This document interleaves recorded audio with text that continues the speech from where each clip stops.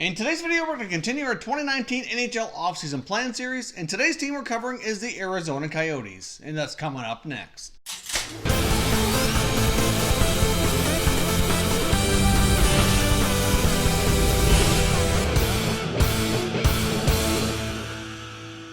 Welcome back to Top Shelf Hockey. If you're new to the channel, thanks for stopping by. We review and discuss all 31 NHL teams. If you're a huge hockey fan, consider subscribing and clicking the bell so you don't miss anything. So welcome back to the 2019 NHL offseason series report. If you're new to this series, we basically break this down into three segments. Segment 1, we're going to do an 18-19 season recap, where we take a look at some key NHL stats from the team as well as some individual players and discuss any pertinent changes that happened to the organization throughout the year.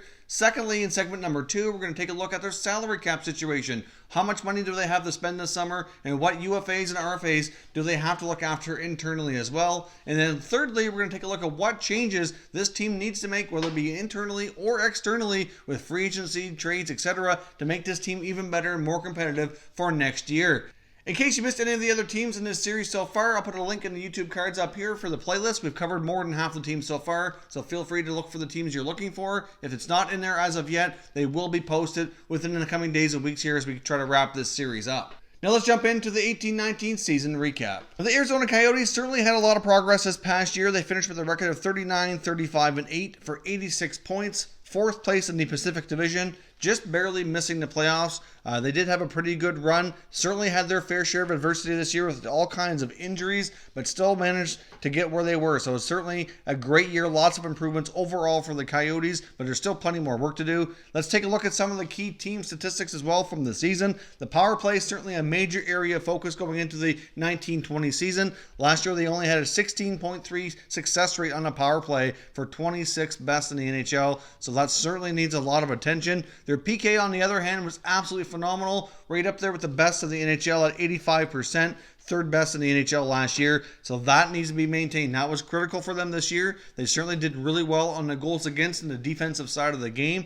They just need to improve their scoring here, which you'll see coming up next. That the goals for was only 213, 27th best in the NHL. That definitely needs to get better. They need to see if the answers are internally or externally or combination of both, but they definitely need to score more if they want to have more success. But the goals against were phenomenal. They had some strong team defensive play. Their goaltenders were solid. Goals against were 223 for 6th best in the NHL. So overall, team defense was great, but they need to be able to score more to move things forward. Now let's jump in and take a look at some key individual statistics, including their goaltenders as well as their top point producers. Now, goaltending was led the way mostly by Darcy Kuemper due to the injury of Antti Raanta. Of course, Raanta went down fairly early in the year and ended up being out for the rest of the season. So thankfully, Darcy Kuemper really pulled through with a solid second half of the year especially. Overall, his whole season was good, but the second half, he was doing phenomenal and was a big part of the reason why the Coyotes won so many games and were having a shot at getting into the playoffs. He had a record of 27, 20, and 8 with a very solid .925 save percentage and a 2.33 goals against average. I know he's not a finalist for the Vezina Trophy, but I would be willing to bet once we get the full voting results after the awards are handed out that he's probably only a couple spots out of being a finalist, probably 4th, 5th, 6th, somewhere in that range. He had a phenomenal second half of the year and was a big part of that team, certainly the backbone for sure. Raanta didn't do too badly when he was in the lineup earlier in the year. He had a 12-5 and 6 record and a .906 save percentage and a 2.88 goals against, but certainly those numbers are not quite as good as Kuemper, but it's a much smaller sample size, and Raanta certainly has proven in the past to be a solid goalie, so we'll be interested to see how the goaltending situation shakes out moving forward. Now let's take a look at some of their top scorers for the past season. Of course, they were led the way by Clayton Keller with 47 points. Obviously, you'd like to see your top point getter have more production than 47 points. He certainly had a fair bit of regression from his previous rookie year where he looked phenomenal out of the gates and then kind of slowed throughout the year. Then certainly had a little bit of that sophomore jinx, that little regression this year. It's hard to say what's going on with Clayton Keller, but either way, it's important for him to bounce back and keep progressing moving forward, as he's certainly one of their top forwards. But the next question will be can he be their top guy, or is he more of a complementary piece? And would he do better if they had some more, obviously, better offensive players around him, which I think is certainly fair to say. Next up, they had Oliver Ekman-Larsson with 44 points, leading things from the back end. Their newly appointed captain signed to a long-term deal last offseason. And, of course, Alex Galchenyuk, who put up 19 goals and 41 points. And then Vinny Hinostroza with 39 points. Now, as far as any significant changes that happened to this team, there weren't a whole lot. They did pick up goaltender Calvin Pickard as basically an insurance policy, and it's a good thing they did given Ranta's injury situation. But obviously, though, Kemper was the main goalie who kind of took over. They did have some other guys play a handful of games as well, like Aiden Hill. So there was a lot of goalies involved to kind of get through the year, but Kemper, fortunately for them, picked up the bulk of the workload. The other big trade they made is they traded Dylan Strome and Brendan Perlini over to the Blackhawks in exchange for Nick Schmaltz. Now, that trade so far, you could certainly say looking pretty good for Chicago. Okay for Arizona, but the fact that they had Dylan Strome, such a high draft pick, and was not working out, was stalled in his development, and then goes to Chicago and he absolutely took off. Now, of course, he did get reunited with his old junior teammate Alex DeBrincat, and maybe the Chicago higher-powered offense team was just a little bit better fit for him individually, but it's still kind of sad to see them have such a high pick, look like a draft bust, get traded, and then really take off. So that does go to show that that's obviously on them a little bit for either a combination of who he's playing with, how they were developing him, etc. So that's certainly not looking good so far. They did extend Nick Schmaltz on a fairly expensive contract as well. He ended up being one of the guys that got hurt and out for a long period of time. So hopefully Schmaltz can rebound for the Coyotes in the coming year. But that's certainly right now, that was the biggest trade, most significant move of the year. And right now, it's only looking okay, not the greatest for the Coyotes. Looking pretty solid, though, for the Hawks, I must say. Let's jump over to segment 2, where we take a look at their cap situation and any pending UFAs, RFAs that need to be looked after this coming year. Now, taking a look at their RFAs, there's not a whole lot. Same with the UFAs. There's only a handful of each here. The RFAs include Josh Archibald, Lawson Krause, and Nick Cousins. I would imagine there's a pretty decent chance they're all qualified on shorter term, 1 to 2 year contracts. I don't imagine either end of them are going to get longer term contracts, but I can certainly see a point to keep them around. UFAs, Richard Panik, Calvin Pickard, and Mario Kempe. Would not be surprised if none of them are back. I've seen reports indicating that Richard Panik is likely not coming back, that they probably weren't planning on re-signing him. They do have enough goaltenders, so Calvin Pickard likely walks through free agency. Elsewhere, as far as any contract extensions, though, the people that are going to be eligible for extensions include some key guys like Darcy Kuemper, who's 28 years old, going into the final year of his deal after how he played last year. Be interesting to see how they do this. Do they go with a 1A, 1B type of concept here, which seems to be a very winning formula for many teams around the league? If you take a look at a lot of the teams that made the playoffs and had decent playoff runs, not all of them, but there's enough of them that had not only just a solid backup, but more of a 1A, 1B situation. And the way this is shaken out, that could certainly play out that way. So they need to determine his future, as well as Alex Galchenyuk, of course, who they acquired in a Max Domi trade. And obviously Domi had another phenomenal year in Montreal. That trade happened earlier into last offseason in the summertime, so I didn't include it earlier in the significant changes, but obviously that was a significant change for them. Domi had a big year in Montreal, and Galchenyuk certainly did. He did okay, but he battled some injuries, and I'd like to see more out of him. Just like the same thing we were seeing in Montreal. Like, he did good, but not good enough. Not what you expect with what his skill set appears to be. So another trade that John Chayka made here that so far isn't looking the best. I know I was critical of it in the beginning from the Montreal side, but so far it's looking like Montreal is winning that trade hands down. So hard to say how this goes moving forward, but some key decisions to make on some key players for their offseason. Now, the Coyotes don't have as much salary cap space to play with as they used to. If you see on the screen here, they have 20 NHL contracts lined up for next year for a total cap hit of $74.38 million, which leaves them $8.65 million in cap space. They will be free of the Pavel Datsyuk contract they took on from the Red Wings as of July the 1st. That will be expired, and as we've discussed on the channel before, Datsyuk is a free agent, and there are some rumblings he might possibly return to the NHL, and then again, he may stay in Russia. Either way, that will not have any major impacts on the Coyotes moving forward, because I can't imagine he would sign and play there. It's most people believe he does come back. It'd be only Detroit he would play for. Now let's take a look at segment 3, where we take a look at what changes this team needs to make to continue moving forward. Now, one significant change that appears to be going down with this franchise, and the details are still a little bit skeptical at this point, so we'll wait and see here, but there appears to be yet another change in ownership with the Coyotes organization. We've been seeing reports that owner Andrew Barroway is selling the team. This has been ongoing for a number of months, and it's reportedly been close, but it hasn't happened yet. But now there are reports indicating that the deal is pretty close, and it is indeed happening. The NHL Board of Governors are having a meeting during the NHL award season here coming up next month.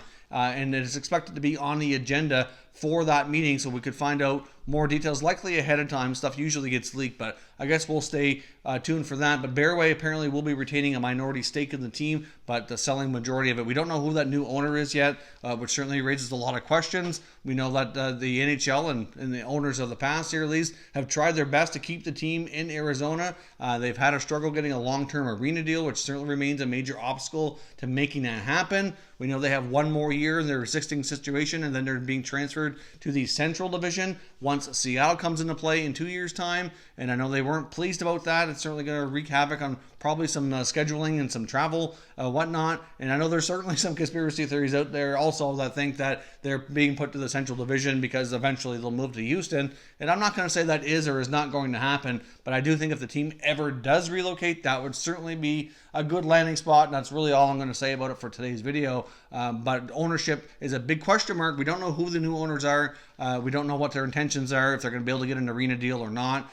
So I guess we'll wait to see more information on that situation as it develops and the information becomes public. But that's certainly holding up a lot of things here right now. I know, for example, we saw the recent trade rumors regarding Phil Kessel going to Minnesota. And apparently he's blocked that deal with his no trade clause. But at the same time, it's believed that Arizona is a team he would go to. At the same time, I'm not sure that there's really a deal there that makes sense. I think he'd be great in Arizona. They need scoring. He can put up the points. But at the same time, Phil Kessel's proven before that he's not really great as the guy. He's more of a complementary piece, which he's been in Pittsburgh. So I see him being a better fit there. And I'm just not sure what the Coyotes could give to the Penguins that would satisfy them in a trade. Obviously, I think the Penguins are going to want some sort of scoring in return. Probably somebody who's a little bit more contract friendly, maybe a little bit younger. Hard to say. They may go to the route of getting a combination of scoring and defense because that deal with the Wild was reportedly Kessel and Johnson in exchange for Jason Zucker and Victor Rask. So obviously they're trying to move Johnson off the blue line.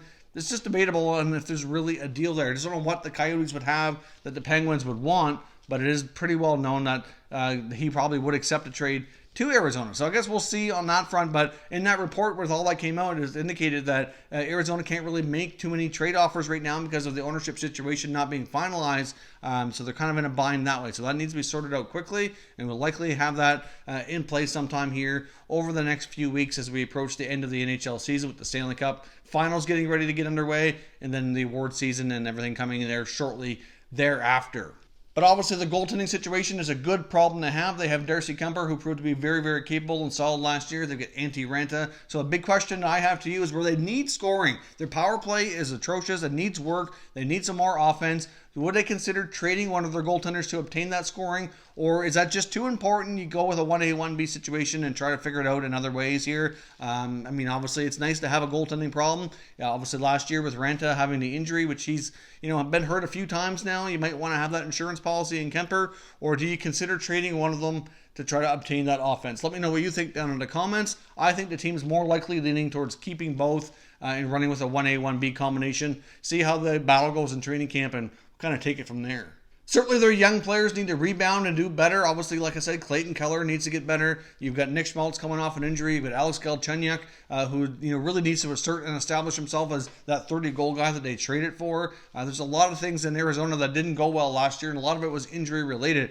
So if they can have some better luck in keeping guys healthy, that will certainly go a long way. But they need to find themselves another 30, 40 goals to really be a real solid shot at making the playoffs and being more relevant and moving up the standings. And obviously, acquiring a guy who's a big-time goal scorer would help. Getting more to the current roster certainly would help a long ways here as well, because I think they have a number of guys that are capable of doing more. So they need to find a way to revitalize their young guys.